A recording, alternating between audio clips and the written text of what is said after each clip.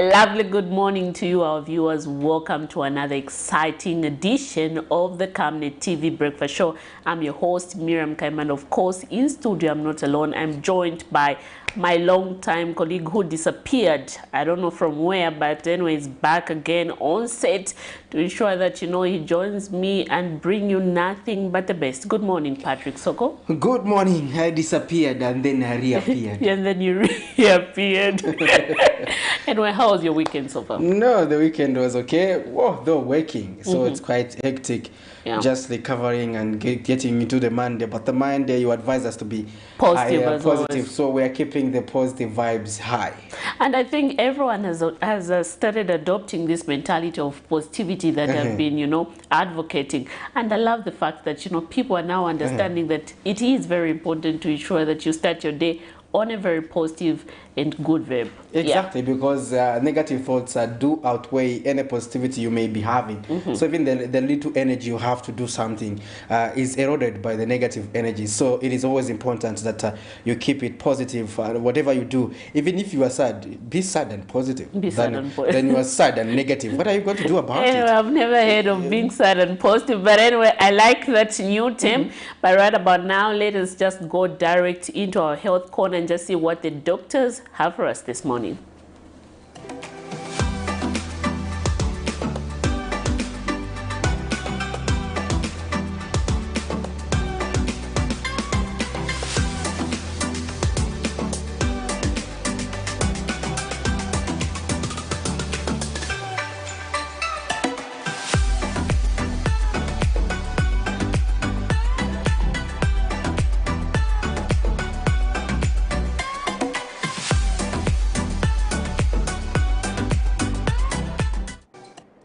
Good morning, viewers. My name is Dr. Kakung Simpungwe.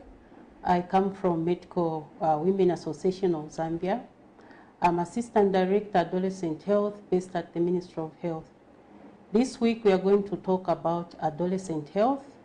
We are going to discuss who an adolescent is, health problems affecting adolescents, contributing factors to some of the health problems facing adolescents.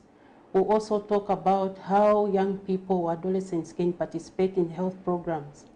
And then at the end of the series, we are going to talk about how parents and community leaders can participate in improving the health of young people. So today we'll start by introducing this adolescent. This is a young person aged 10 to 19. So these are young people who are transitioning from childhood to adulthood. So they are no longer children and they are not yet grown-ups. And if you are all aware and remember where we are coming from, this is the same period during which puberty occurs. In girls, there's breast enlargement, commencement of menses or periods. And in men, we see the broadening of shoulders, the breaking of the voice. So these are some of the things you observe in an adolescent. So during adolescence period, young people experiment with a lot of things because they are trying to explore who they are. They experiment with fashion, with hairdos, activities they are interested in their quest really to identify themselves. Who are they? And they really want to be known by something, or they have role models they look up to. When they are children, young people usually depend a lot on their parents. Parents make decisions on what type of food they should eat, the type of clothes they should wear. Sometimes they even decide which friends they should you should make. But during adolescence period, you see a tendency of young people desiring to be independent. They tend to break the ties from their parents. They make their own decisions. They want to decide what type of clothes they are wearing, and they also value opinions by their peers. So during adolescence, it's very, very important for these young people to be associated with peers and to fit in what their colleagues want them to be. So it's very, very important for parents and other people, guardians, to understand that peers value a lot what their friends say, and that really affects also their decision making. Young people are diverse, adolescents are diverse. If we take, for instance, our own setting here in Zambia, we have adolescents who are in school, primary and secondary school. We have those who are out of school, they've dropped out of school, they've never been to school. We have adolescents with disabilities. We have adolescents who are married. We have adolescents who are living on the streets, or street kids. So we have a diverse group of adolescents who require different attention or services depending on which category they belong to. In as much as adolescents may appear to be big in their stature, and sometimes they appear to be intelligent, more technologically advanced than their children, they may have difficulties in making responsible decisions because the part of the brain that controls reasoning is not yet fully developed in young people. So it's not surprising when we see them making decisions or doing things in the heat of the moment just to regret later.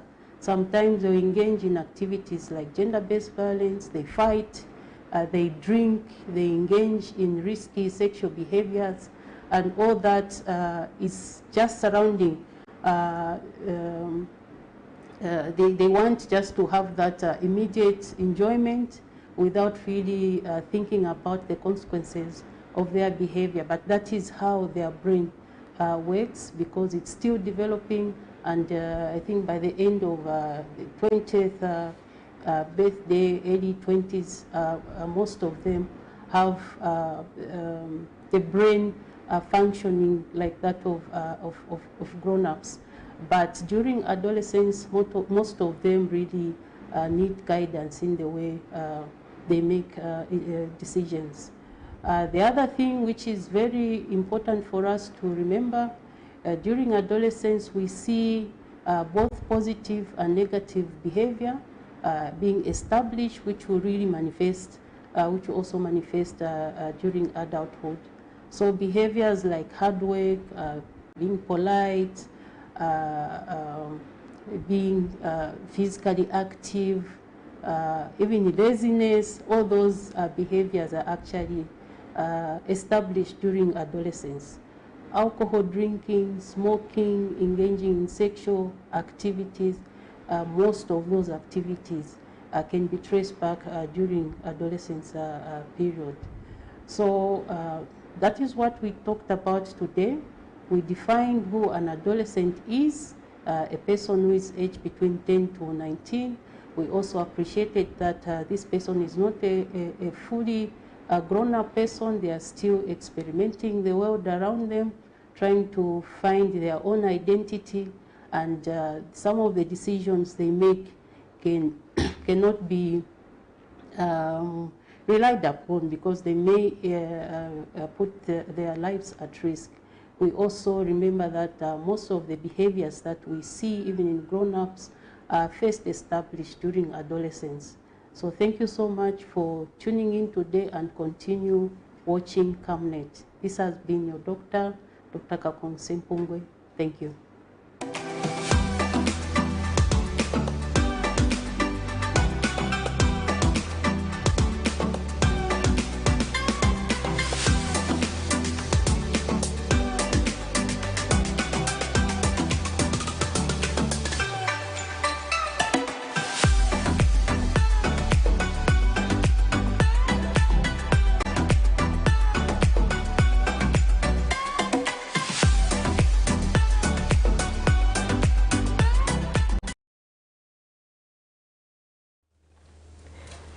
I hope you learned one or two things. They are quite insightful, educative, tips that we had from the doctors there. Right about now, let's get direct. Before you go to right about now, are you an adolescent? I think so.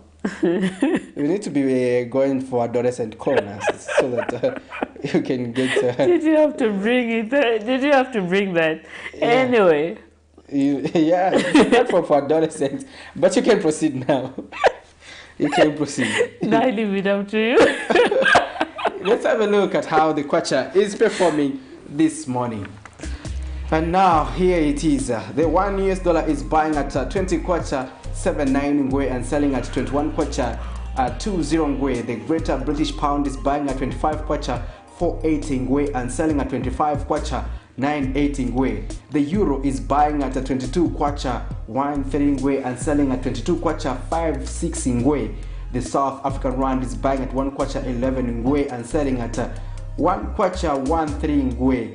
Those are your money market updated on the 25th of September 2023 at 07:28. I thought I was going to say 25th.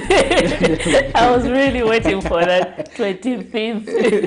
Yeah, so the coach has been performing in that trajectory, Miriam Kaiba. You can see for yourself there, it's not even good at all. You can see that it's no longer at 18. No, it's no longer at 18, yeah. And with the recent things that are currently going on internationally and locally, things are not well. And we have seen various stakeholders, especially when it comes to the production of all the international countries that supply the country with ore. You'll find that they have put certain restrictions. So now stakeholders are predicting that, you know, we're going to face more with hardship.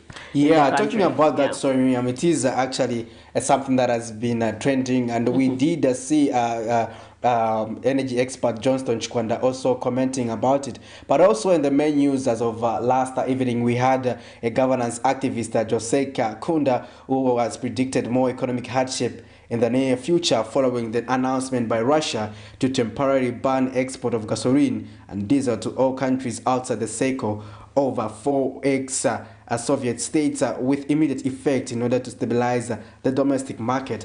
In an interview with Camnet News, Mr. Kunda observes that the move by Russia will automatically lead to scarcity of fuel worldwide and will result in significant rise in the price of commodity.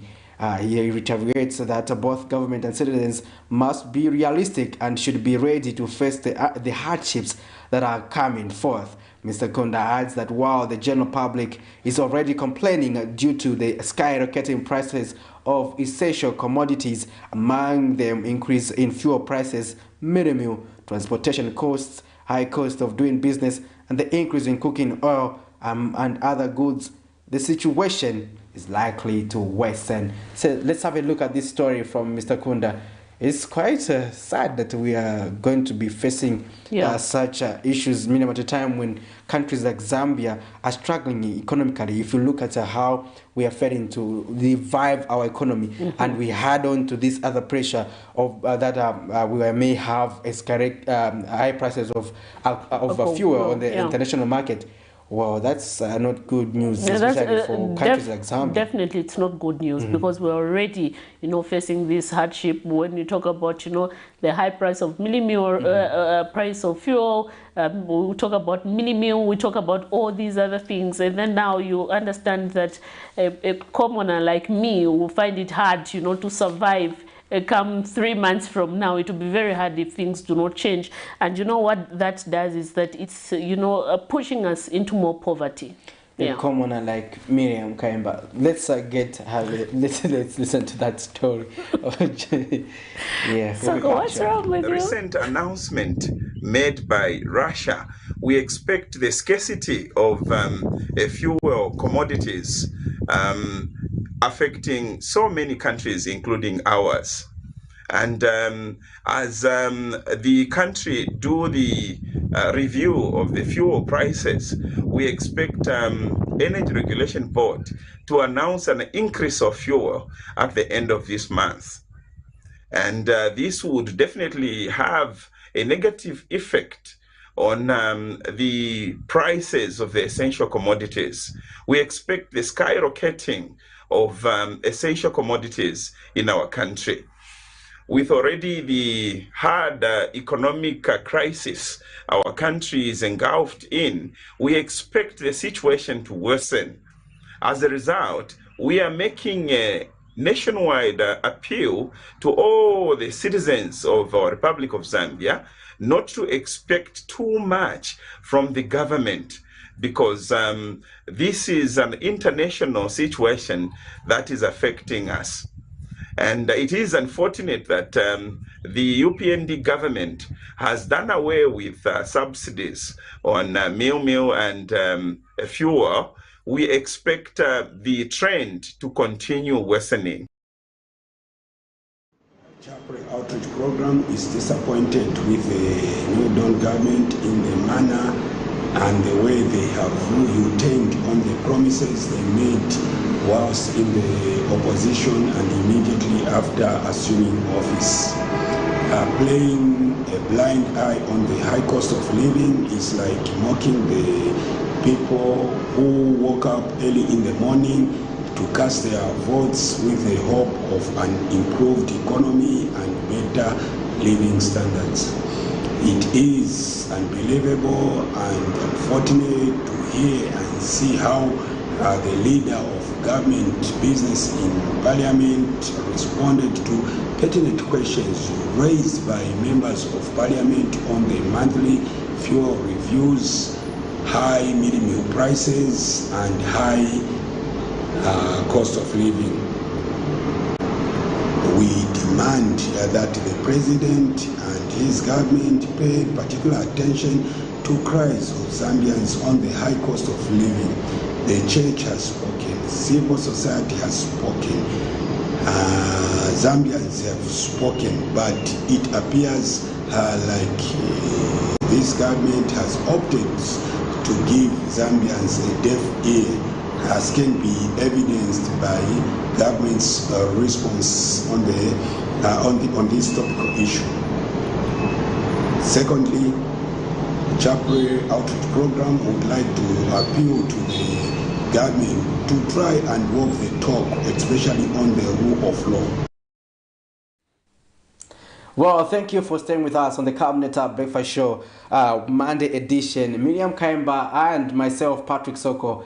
MP is our combination, and we keep bringing you nothing but information pertaining to the governance of this country. And you too, our dear viewers, you are free to join the conversation, and let's keep the conversations going. And those of you watching us on our social media platforms, we want to hear from you. Leave us a message, tell us where you are watching us from, and we want to hear from you. And let's get interacting with the Camnet Breakfast Show. Do you want to know what is happening in your locality? Exactly. What are the issues affecting you? We want to see what we can follow up, especially on our news and current affairs desk. What is happening within your locality, and want to hear from you, our dear viewers. Those two stories we played earlier are bordering on issues on the cost of living, the cost of doing business, which has equally been high in the country. We are seeing that we have been on this trajectory for quite a while, in that the local currency is underperforming as of now, and that though we have been assured that the Ministry of Finance and the Central Bank are putting in place measures to make sure that they stabilize the local currency, Zambians keep on waiting for those positivity. The Minister of Finance notably soon will be presenting the 2024 national budget against the background that Zambia's inflation is on a double digit, and that is against the threshold that was set for 2023. Now we hope that the targets in the 2024 national budget will be realistic and within governments means to be able to meet them, because that is also speak to the issue of budget credibility. Budget credibility is where you make sure that you spend based on what you have planned in your budget, and also making sure that programs are implemented adequately. So if programs are not being implemented despite being part of the budget, that speaks to the issues bordering on budget credibility. So budget credibility is something Zambia seeks to attain. We've seen that successive administrations haven't been doing fine in terms of budget credibility, but though we have also seen that the UPND administration has tried to make sure that they stick to what they have planned in their budget for 2023, and that was also made clear by the International Monetary Fund delegation, which was in the country as they were unlocking the second batch of funding towards the IMF program. And if Zambia continues to implement as they have directed by the IMF, additional funding will be coming, and that's the only condition. But these conditions are not good. They are also affecting the local economy, and Zambians are crying at the moment. Yes. If you look at the cost of doing business, the way it is high, because among the conditionalities are issues bordering on the moving electricity into cost reflective. Though Zambians and others have argued what does it mean on the cost reflective aspect? Because what is just important is Zambia being able to produce more and be able to have a surplus, to be able to export. At a very good price, and then continue to subsidize the local market, because that eventually keeps the cost of doing business in check. But if the cost of electricity continues to escalate, like next year we are going to see another increase in the cost of electricity, but that will mean that the cost of doing business will have no option but to increase. Again, the other aspect is on the issue bordering on fuel. And the fuel, we heard that Russia is also undertaking some measures that will see a reduction of this in terms of the supply of the commodity, and that ultimately pushes the price upwards for the commodity. And that what it means in the Zambian context is that all other essential commodities will be on an upward trajectory. So now that is what we are forecasting, but we just hope to see as they develop the 2024 national budget that they'll plan adequately, Miriam Kayamba, that probably some of the measures, how do we cushion ourselves as a country, so that even in the midst of these foreseen challenges that are coming our way, how do we cope? I think the ability to cope is what defines us as a people. If we are going to be able to cope and adjust, then it means that we'll be able to overcome the shock. But if at a point more people be condemned into abject poverty, then our coping mechanism would be deemed weak. Patrick, you want people to cope? You don't want to cope? No, it depends with the current environment that people are trying to survive in. Tell me about it. When you're saying people should be able to cope, because currently when you look at how our kwacha is performing, Patrick, and how things high, people are really suffering. And if you're going to say no, people should be able to cope like this, do you know what I mean when coping? You want to know?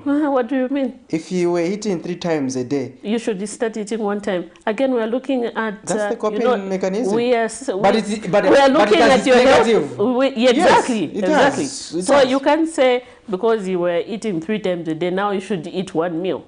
What I'm Those are the other implications on your health. But I'm just trying to say that you should avoid suicide. Anyway. I hope you understand. Exactly. I want to encourage you to commit suicide, but I would rather encourage you to eat once. Like for me, that would be an ideal adjustment. You understand? Yeah. So instead of me having tea, I said, okay, we just have shima and you drink sweet potato, drink water. Kandolo. Just eat kandolo. We had citizens in previous were advised that if bread is expensive, they should opt to go for sweet potatoes. Yeah. Anyway, interesting enough, just a reminder to our viewers that we have now officially opened our phone lines. You can take part in our conversation this morning where we're looking at various trending issues. Among them, Patrick, is a video that was circulating of the president yesterday, a fake video. And we did see the Ministry of Information Director, spokesperson Tawa Kawana, who cautioned people behind the fake video circulating on social media, reporting that President Hakainde Hichilema will not contest the 2026 general elections. Let's get to play that clip. I wish to express my sincere acknowledgement of the challenges we have faced during my tenure as the leader of this nation. It's with the utmost sincerity and a profound sense of duty to our great nation that I announce my decision to not seek re-election in the upcoming general elections of 2026. I believe this decision is in the best interest of our country and its future. I have noted with great concern a video poorly edited and doing rounds on social media purporting to be that of His Excellency the President announcing that he will not be able to stand in 2026. We want to say that the video must be dismissed with the contempt it deserves. It is fake, it is poorly edited, it's not even the voice of the President. And we want to warn perpetrators that are in the habit of manipulating video footages and doing that, especially those involving leaders, including the President, that when you are caught up, you will face the music of the law. It is best to play around with what you want to play with, but desist from playing around with offices, especially that of His Excellency the President, because that is a repository of our country, and we must be able to respect that office. And to begin to make things and purport that that is what he has said when he has not done that, that is not good for a country. It is also not good for a citizen. It is not good for us as a people to be able to portray our leaders in such a fashion. So let us desist, and we want to again to announce that that video is fake and there is no such an announcement. Even the voice in the video is not that of His Excellency the President. There you have it. That is Minister of Health, the Minister of Information Director spokesperson, Mr. Tao Kawana, sending a warning against people who are behind that fake video circulating of the president, saying that he will not contest the 2026 general election. And you know, in the video you hear that that fake video where the president is saying this is due to the high cost of living. I'm sorry, I failed you as my people. When I saw the video, I was like, what goes on in people's mind? I think people are bored, people have nothing to do. But again, for me... but you need to understand, Patrick, is that you find people are not able to understand or differentiate that this is a fake video or a real video, who be able to take it as gospel truth.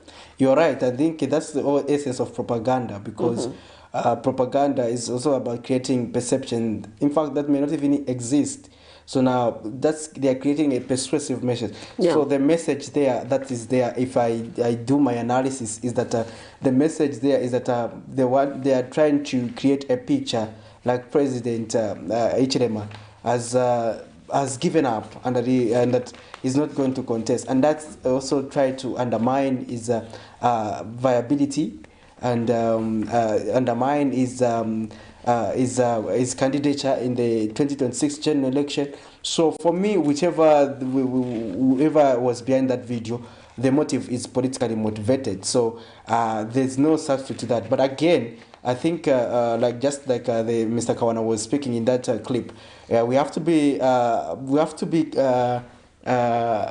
cautious as citizens, yeah, in as much as we engage in some of these things, because if you observe that tendency, I think is danger to the country, because you may put the country in flames, you understand. Sometimes we may end up issuing directive or instructions that other for example enforcement wings are doing. Probably sometimes, for example, you say the president has directed this person acts, and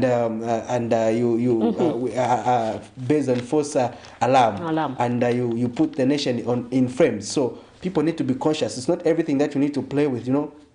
There are some, for example, if it is a writer note, you're talking about the president having a writer chat, and you make this video, whatever, that has nothing to do with the nation. I don't think anyone else would take it serious. But matters bordering on that, they are clearly, you could tell and see that they are sensitive, and there's a narrative that is being driven home at the end of the day. So if you look at it, it's something that we need to be to avoid as a country, especially young people who are tech savvy. We need to make sure that some of these things you can play with other things, but not still play on matters of the state. And also, regardless of whether, for example, you hate the president or not, the presidency, the office itself must be respected. Yeah, the president's office must be respected at all costs. Yes. Every time we have said it, even when we had previous presidents, even those who are in opposition, how would you want to be treated? It's sad how people would want to make a fun of all the things without realizing the implication that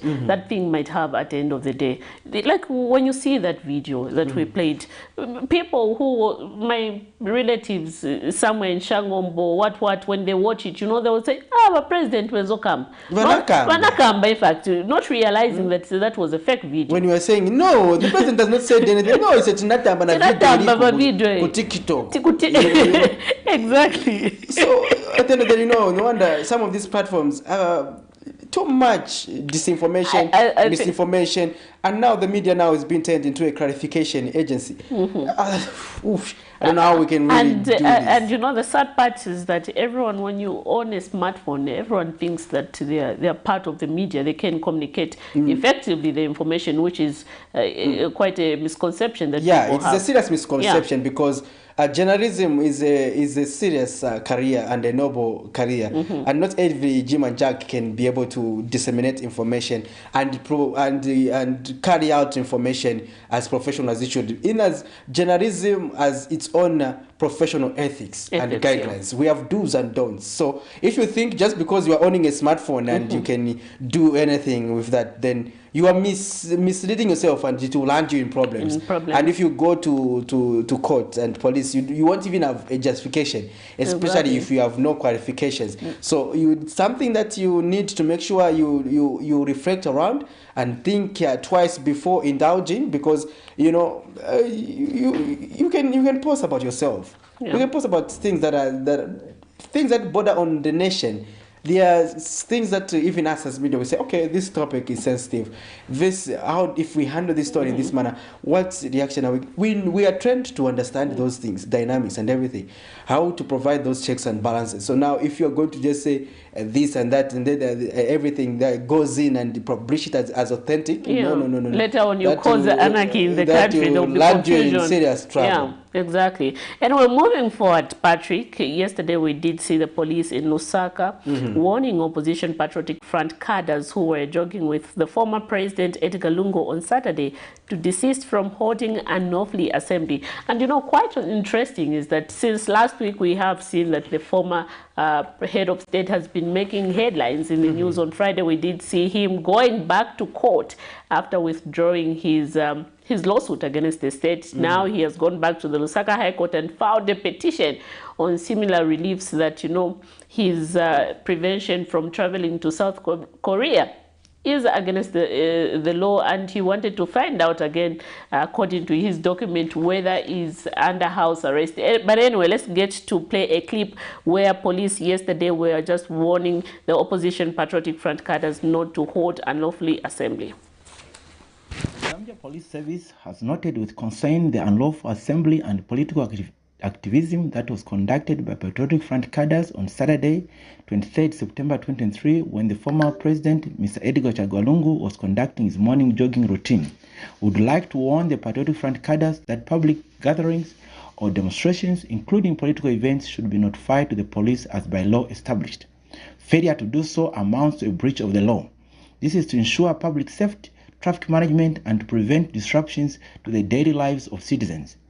What transpired yesterday, where Patriotic Front cadres went about disrupting the free flow of traffic, amounts to unlawful assembly and going forward shall not be tolerated. Such a procession of former head of state should be done with his security detail and devoid of political activism. In the latest twist of event, former President Edgar Lungu, who recently withdrew his lawsuit against the state, has retained his earlier decision and rushed back to court. According to his latest petition filed before the Lusaka High Court, the former head of state wants, among other reliefs, his freedom of movement without any restrictions. His petition follows the decision by the state to prevent him from traveling to South Korea, where he was scheduled to attend the World Peace Summit. On Saturday, the 16th of September 2023, the former head of state was ejected from the plane at Camnet International Airport the moment he was about to travel. Government, through the Ministry of Information, had indicated that the former president needed to get permission from the government before traveling. However, according to his petition, Dr. Lungu argues that the decision by the government to subject him to get permission every time he seeks to travel is illegal and not supported by the law. He submits that the move by the state through the Director General of Immigration to prevent him from traveling has occasioned mental anguish and torture and caused him embarrassment in the eyes of the international community. He has lamented that he is not under house arrest to be prevented from traveling, adding that he has not been informed of any charge that he is facing or accused of, that he has restriction as to his movement owing to some breach of the law. He claims the state through the immigration failed to give him adequate reasons as to why he was not allowed to travel. He claims the move by the Director General of Immigration to prevent him from traveling when he has freedom of movement breaches Article 22 of the Constitution. The former head of state is now seeking, among other reliefs, special damages for the inconvenience caused upon him, cost, and any other reliefs the court might deem fit. Miriam Kaimba, reporting for Camnet TV News. Quite interesting there. We have seen that since last week, the former head of state has been making headlines in the news. One starting from where he petitioned government on Friday over the move by the state to prevent him from traveling to South Korea. And now yesterday we did see the police issuing a warning against Patriotic Front cadres who are with him yesterday from holding unlawful assembly. Quite interesting. Is it possible for the former president to stay away from the PF? The other question is that is it jogging into 2026? That's the other question. But you are responding with a question. Yes, I'm responding with a question. I will respond to your question, and can you respond to my question? As a former head of state, trust me, I'll tell you one thing, Patrick.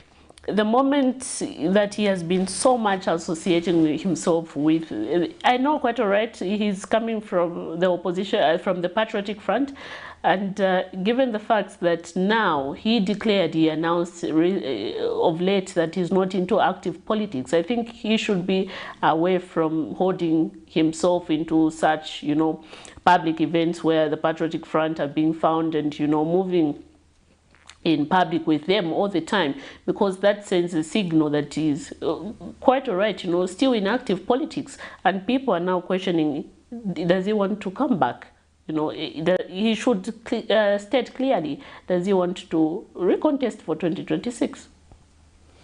Indeed, serious questions, Miriam Kwemba, there. I think now, when you talk about jogging into 2026, I don't know, but why are they jogging with him continuously again? Just like they used to jog with him as a president. So if you are connecting 1 and 2, those things continue to lead him into the trap of being perceived as a political opponent as opposed to a statesman. For me, I think we did quite a number of stories where governance actors have been advising the former head of state to say he should be able to lead a neutral life where citizens in general, whether from the UPNG or the PF or the other political parties or any other ordinary citizen, should be able to go to his residence, interact with him and talk to him. But if you see, on a weekly basis, we just hear PF officials.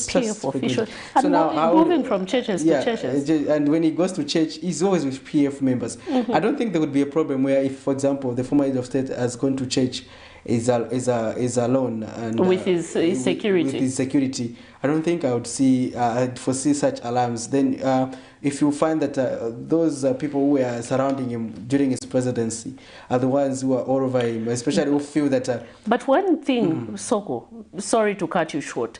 Do you think, in your own analysis, do you think the opposition Patriotic Front are using him to gain political mileage at this time?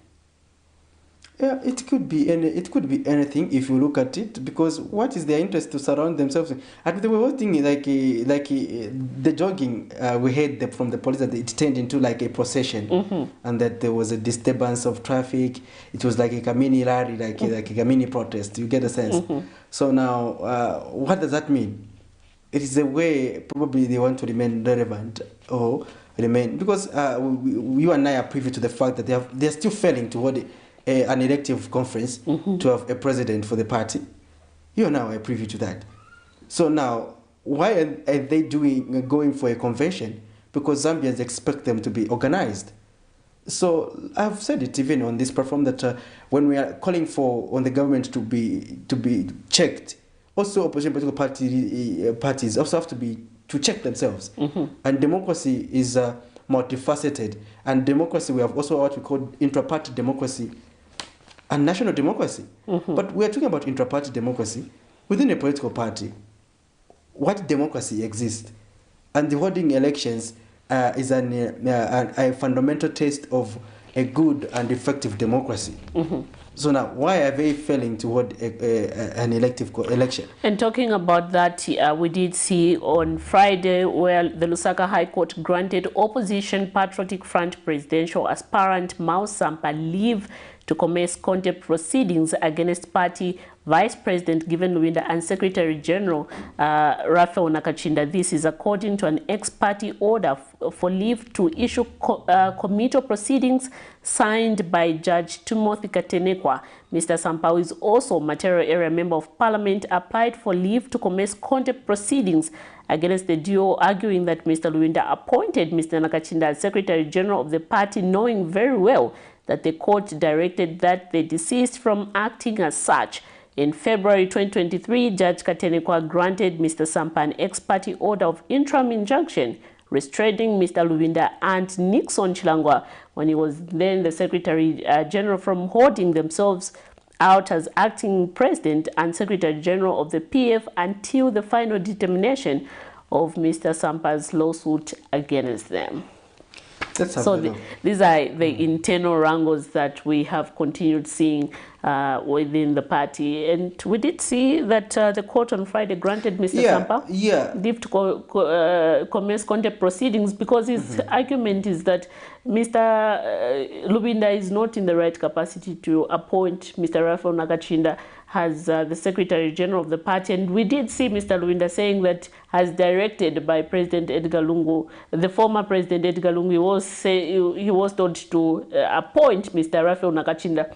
But then again, the question is, why should we have the former head of state still directing the party, to make such appointments?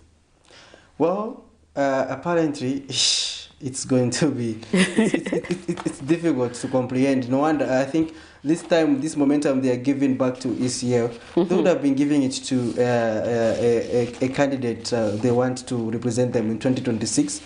Probably they would have gained a little bit of momentum in terms of people getting to know their candidate, and this candidate selling the party's manifesto and undertaking the rebranding process. But now we are seeing that they are moving the way they left the government. That's how they are still attending to issues. So anyway, let's have a look at this story.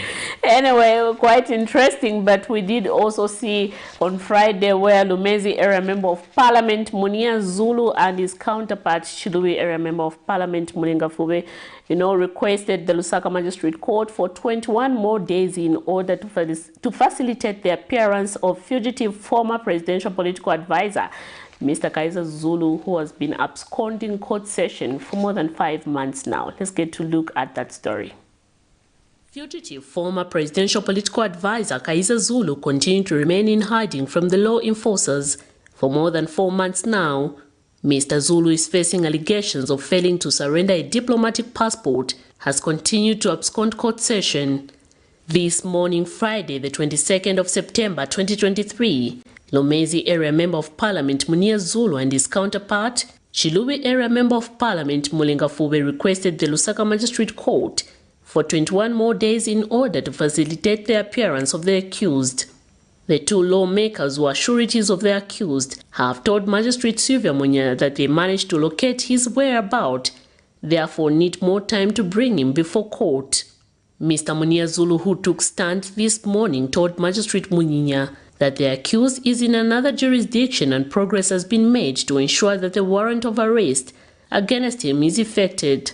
Before the accused went into hiding, he was found with a case to answer and placed on his defense, but went at large without even giving the court his side of the story. Since June, his sureties have been requesting for more time from the court in order to trace him. Mr. Kaiser Zulu, the former presidential political advisor to former President Edgar Lungu, allegedly ran off in May 2023. The accused is facing criminal allegations in relation to failing to surrender a diplomatic passport and failing to appear before the nearest immigration officer. The alleged offense is said to have been committed between the 20th of December 2019 and the 9th of December 2022. On the 14th of June 2023, the court ordered for his arrest after noticing that he continued absconding the court session. The matter has been adjourned to the 16th of October for return of bench warrant. Miriam Kaimba, reporting for Camnet TV News. The politics, they had to arrest certain individuals who had even not committed an offense, which required themselves to be, of course, arrested, not only arrested, even to be thrown into prison. But later on, when the courts now exonerated them, the court found that they were innocent. Of course, going by the law, they have a right. They need to go and seek for compensation, which we have started seeing about 6.1 million people are seeking for such huge sums of money as compensation. Yes, it's their democratic right. They need to get that money. But is it necessary? Or the previous government, what they cost? Was it necessary to cause such an amount of money being lost just because of politics or just because of a certain feelings?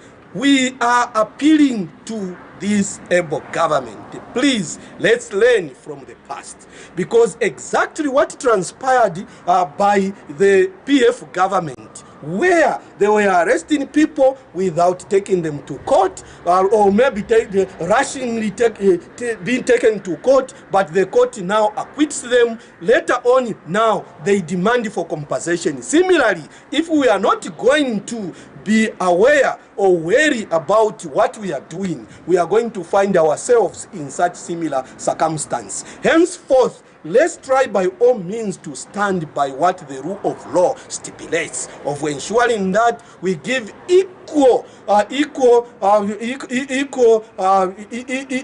justice to everyone without any discrimination. If it's politics, fight in the political ground, and not using the police or using the court to help you fight the politics. That should not be. Thank you for staying with us, and those are some of the stories we are looking at pertaining to the current affairs. And that's the story we played last, is a story where Innocent Kolala, a social scientist, is talking about issues bordering on unlawful arrests and detentions, especially among political players, where we see when these people come out of incarceration, they say, we were wrongly arrested, we were wrongly detained, and we have to be compensated, and and we have seen the state walking away with losing a lot of money in the process. And so Mr. Kolala was also advising the current administration to be careful as it actually undertakes arrests, and make sure that they follow the directive by the president that investigations must be conducted before someone is arrested, and make sure that they know that they will be able to secure a conviction before arresting someone, as opposed to just unlawfully or arresting someone or detaining someone, because it has its own repercussion. And these people have been claiming huge sums of money coming out of the judiciary, which should be used for other very huge sums of money, and this is taxpayers' money. We have people claiming about 6.4 million each. That's not small money. That's not small money. We have people claiming for I'll tell you something. We have people claiming monies from 500,000 and above, 1 million, 2 million, 5 million, and people are being compensated for these monies. So, you know, you need to understand as a state, if you're going to say, no, we want to prosecute this person, you need to thoroughly do your investigations before you make those arrests, so that we avoid these inconveniences, you know, because we are losing a huge sums of taxpayers' money at the end of the day. And, you know, we are currently grappling as a nation with this cost of living, with this economic crisis that we're going through, and then now you start paying such resources. It's worrying. I think ex political prisoners, I think have taken it as a job. Yes. In as much as it is their right to sue the state because of unlawful prosecution, but again, you know, it should be something that the state should reflect on, sit back and understand where are we going wrong, because you cannot year in and year out, you're losing those kind of amounts. Also the money, sometimes some figures are too unrealistic. If you look at and we'll continue. I think we'll continue losing money if we do not do something about it. And something to do involves us being able to enhance the investigation process before arresting people, so that when people are arrested, we are on firm grounds. If we continue doing the same thing, I think the problem may persist for a long time. But if we are proactively following it up, we should be able to find modalities on how to curb it, because like you are saying, the money that is involved is quite huge. And when, at a time when the country is grappling with social and economic challenges, the high cost of living, the high cost of doing business, do you need to spend like that? Because that money could go towards paying social cost cash transfer beneficiaries.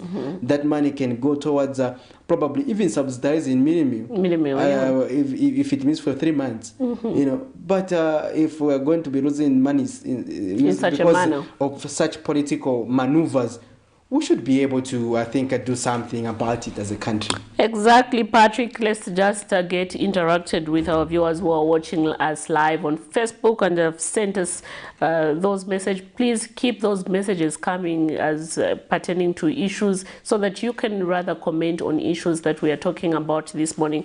We have Gertrude Mwinga who says, good morning, Camnet. Good morning to you too, Gertrude. We have Kingsley Majila, our usual friend. Our usual friend. All-weather friend. All-weather friend. All-weather friend from Monday to Friday. Yes. Anyway, we do appreciate that, you know, you're tuned to the Camnet TV Breakfast Show. And following the program this morning, we have Honorable Hendrix Kasanda, who is also following us this morning. We have Mubiana, who says, good morning, Patrick. And the lady is Miriam. The lady, you know, he reminds me of Kota. When you go to especially Constitutional Court and High Court, the judge, if it's a lady judge, they are referred say my lady. Yeah. Anyway, this lady, she's Miriam. He says the desperation of the Patriotic Front to bounce back through the back door is worrying. They are now coming up with fake videos alarming the nation. I can foresee one going in jail for treason. We have Kex Guy who says the country is at autopilot. We don't have a president to control the economy. These days we are now accepting Milimio as a better president, Muntwandi. And if you add a tray of eggs, Nishwawomba, Nakasot cooking or Nishiwasova. Do you also want Milimio for your birthday? No, my birthday passed, Patrick. I'll get it for Ziambo. For Prudence Chota. For Prudence Chota. Okay. I don't think we need to give her money. No, I think she just need a bag of mini meal. And don't forget, Guy said that you should also add Kachrekama eggs and salt. Yeah. To make it an entire package. I think we can do that. You do it? Oh, if you do the kaunga, I can do the Kachrekama eggs. Anyway, we also have Stanley Chisenga, who is saying he's watching us from Mufulira, Zambia there. We thank you for your contribution. Please keep those messages coming. We have looked at various stories, among them where President Edgar Lungu has sued, or rather petitioned, the state in the Lusaka High Court following his prevention from traveling to South Korea. We also did see a story where the police warned Patriotic Front members, or rather cadres, to desist from holding unlawful assembly there, where this is following an event on Saturday where President Hakainde Hichilema was doing his routine jogging, or rather exercise. Some of the stories remaining before we wind up our conversation, Miriam Kaimba, is that the Zambia Water Sanitation Engineering and Allied Workers Union has appealed to the National Water Supply and Sanitation Council to approve the proposal by the water utility companies in the country to raise the water tariffs, saying the hike will enable the water boards to operate efficiently. Union General Secretary Moses Mwale says he is surprised that Mwasco has taken so long to approve the water tariffs. Mr. Mwale says their appeal is justifiable, considering that operations, maintenance and production costs for water supply services in the country have increased significantly. So let's have a look at that story. And do we need more things to be increasing? Anyway, when you talk about things to be increasing, let us also get to play that story back to back with a story where the Zambia Statistical Agency, ZAMSTAT, has launched the 2022 Living Condition Monitoring Survey, and the second strategy for development of statistics with a revelation that the country is still facing increased poverty levels in the country. Quite interesting. Yeah. I think I've answered your question. Yeah, let's have a look at them back to back. Back to back. It's taken so long because for the past 3 years, I think the government has not adjusted. So it's something that is not supposed to be politicized because the inputs for the production of water and the sanitation services are usually actually important. So these companies need to buy these chemicals in forex, machinery, and the other components. So the operational cost for these organizations in the water sector are actually high.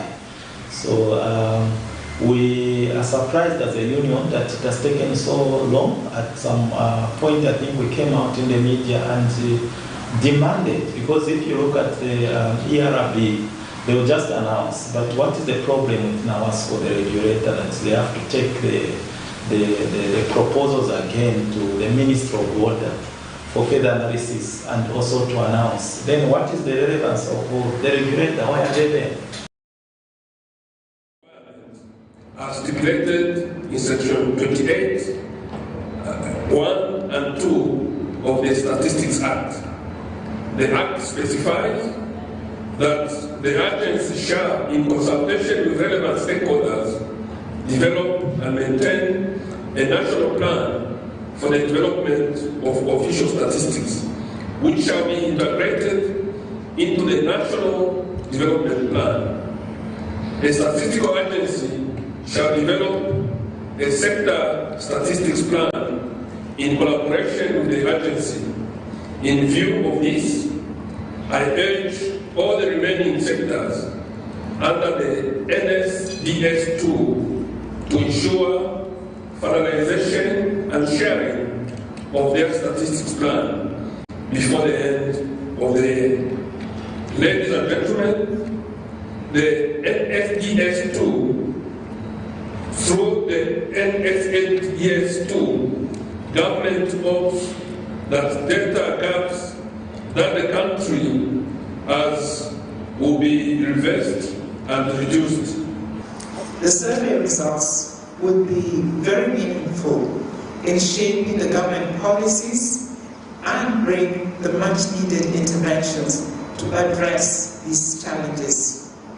The launch of this survey is indeed very timely, as the country is about to present the next budget. In line with this, the survey results will be critical going forward, as they will assist in enhancing more effective allocation of resources to key sectors.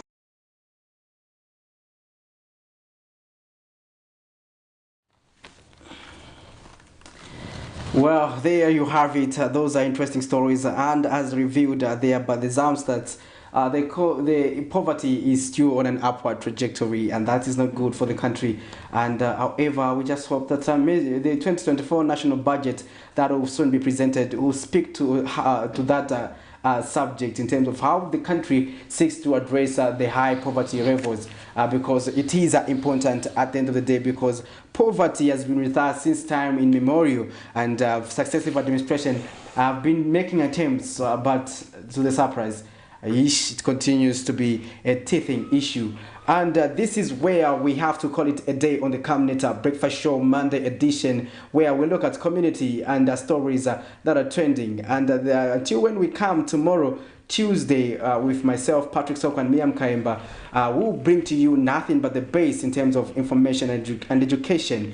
Keep it on Camnet TV. Remember that we have the lunchtime cafe in the afternoon, and also remember to also join us for the 19:30 main news. Those of you who don't know our main news time, it is 19:30. Be sure to join us and you get updated on what is happening across the country. Stay tuned. Keep it on Camnet TV, not just another channel.